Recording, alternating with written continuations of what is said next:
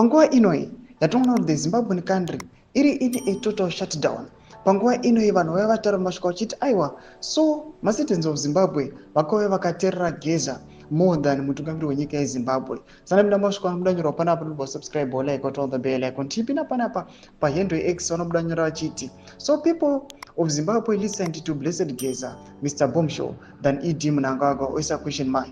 Achiti aiwa, toona kuti people they've shutted themselves in their homes. Havana kuenda kumabasa, vanoenda kuzvikoro. Zvinoratidza kuti aiwa, yes, vanhu vakanzi vateerera Bombshell Geza, but at the same time zvinoratidza kuti vanhu vanga vachitarisira, people they were expecting kuti vanga vachamiririrawo mastreets kana kuti pane mademonstrations anga achaitiwa.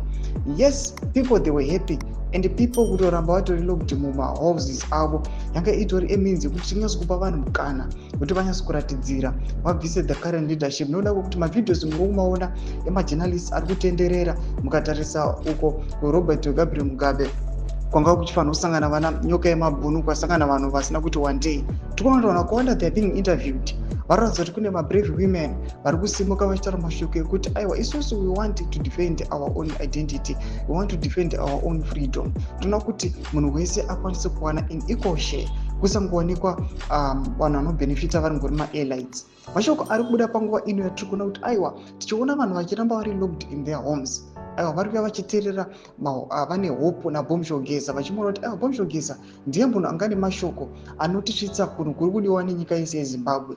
Nyange hazvo panguva ino zvinoratidza kunge zvinenge zviri kuita kadelay. Mashoko ari kuda achitaura panapa. Imbudze mafunguro enyu muri kudii pamusoro pechitiko ichi. Pinda comment section yedu, mudze mafunguro enyu, musaona subscribe or like, punch on the bell icon.